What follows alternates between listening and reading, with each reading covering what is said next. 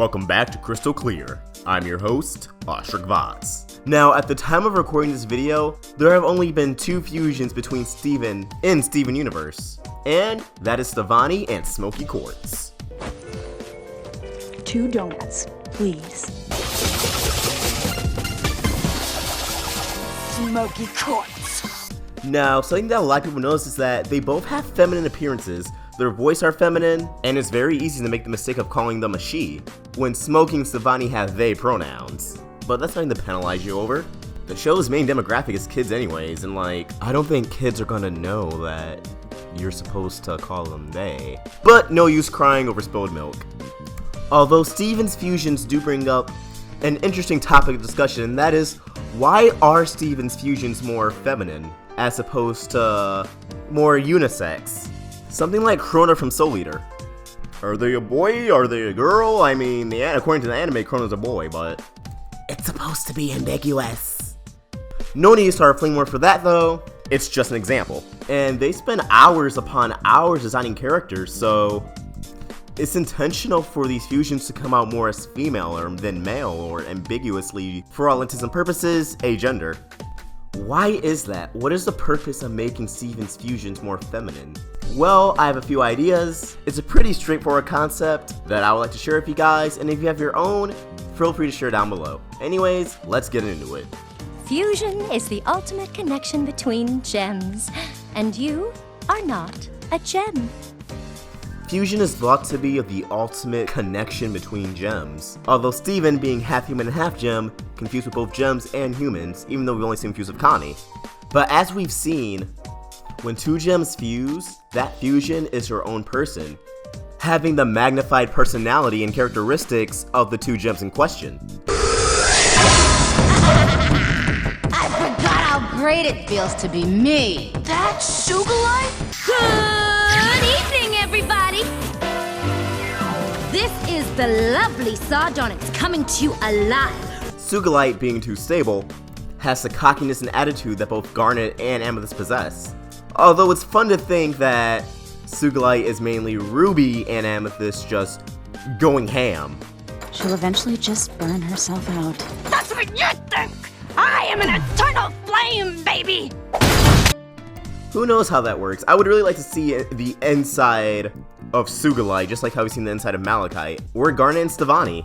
Opal has the determination of both Pearl and Amethyst. According to Stevenverse Wiki, Amethyst's ability to live in the moment along with Pearl's obsessive single-mindedness results in a stable fusion. Opal achieves a peace in that balance that Amethyst and Pearl rarely experience on their own. At times, Opal is so calm and at peace that it causes her to forget the task at hand, like when she forgot the Heaven Beetle. Opal is very forgetful. The Heaven Beetle. I don't have it. Amethyst. Sardonyx has Pearl's theatrical, over-the-top attitude, and both Garnet and Pearl's ability to carry an intelligent conversation. And just like Pearl and Garnet, Sardonyx knows when to be serious, when to not ham it up or stick around longer than necessary. Alexandre, on the other hand, is a different story. She has to force herself to keep together, and can be rather sloppy. I personally believe this reflects how the Crystal Gems are still missing a certain piece in their big fusion.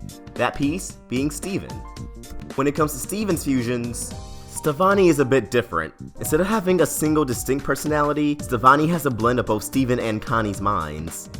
Although very free-spirited, friendly, and fun-loving, Stevonnie also has the awkwardness, brains, and generosity of Connie. Although as the show goes on, it seems they're becoming more and more stable. So, we can check up on them later. You are an experience. Make sure you're a good experience. Smoky Quartz amplifies the best of Steven and Amethyst, and their childlike personalities. Proud, carefree, excited, and happy-go-lucky attitude. They tend to go to humor to cope with things, and reflect Steven and Amethyst's confidence issues, as they're both not the perfect gems they're supposed to be, or at least what others think they should be. And the meaning of fusion isn't just reflected in their personalities or even their looks, because if you've noticed, fusions obviously have physical traits from the gems that make them up, but this still doesn't explain why Steven has a more feminine appearance when he fuses, while his fusions look more feminine. Their weapons also reflect their personalities. Smokey has a yo-yo, reflecting that childlike personality that Steven and Amethyst has. Opal has a bow and arrow, reflecting the preciseness and in-the-moment one-track mind that Opal has. Sardonyx has a hammer, because it's loud and very flashy. Sugilite has a flail, because she can recklessly just throw it around to reflect her reckless personality.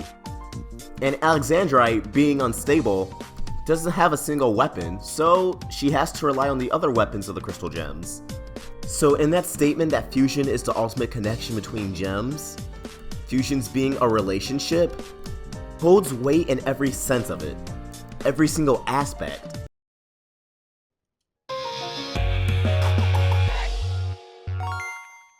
So why are Steven's fusions more feminine? Why aren't they more unisex? Is it because he has Rose's gem? So being half human and half gem fusing with 100% gem gives a 75% gem appearance and all gems are female? Possibly, but I think it goes deeper than that.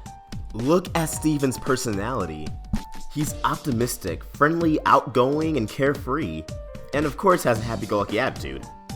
He's musically inclined, compassionate, kind-hearted, good-natured, rarely holds grudges, and very non-discriminatory.